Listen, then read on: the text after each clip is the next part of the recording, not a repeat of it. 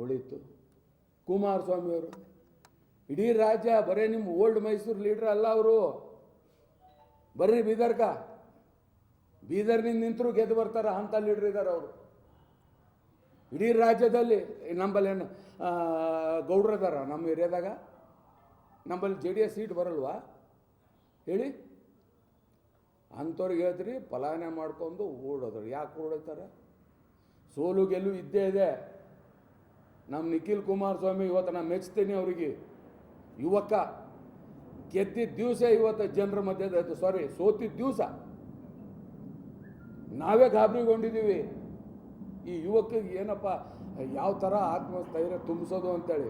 But ಆ ಯುವಕ ನಮಗೆ ಧೈರ್ಯ ಹೇಳ್ತಾವನೆ, ಅಣ್ಣ ಏನಿಲ್ಲ, ಗೆಲ್ಲು ಸೋಲೋದಿದೆ ನೋಡಿ. ನಾವು TV ನೋಡ್ತಾ ಇದ್ದೀವಿ ದಿನನಿತ್ಯ ಜನರ ಮಧ್ಯದಲ್ಲಿ ಕೆಲಸ ಮಾಡ್ಕೋತ ಅನ್ನೋದಲ್ಲ ಇವತ್ತು ಓಡಾಡ್ತಾವ್ರೆ.